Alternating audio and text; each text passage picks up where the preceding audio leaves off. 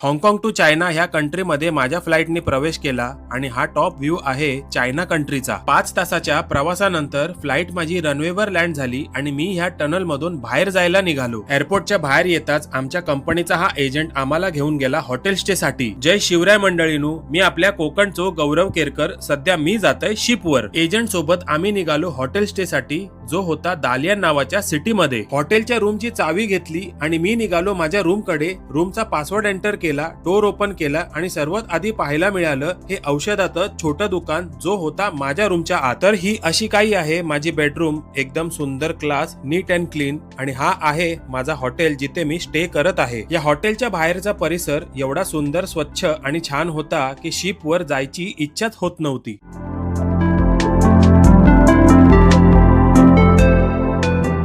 तर हा आहे ड्रायडॉकचा शिपयार्ड। माझ्यासोबत अजून एक क्रू मेंबर होता आणि फायनली आम्ही चाललो आमच्या शिपवर।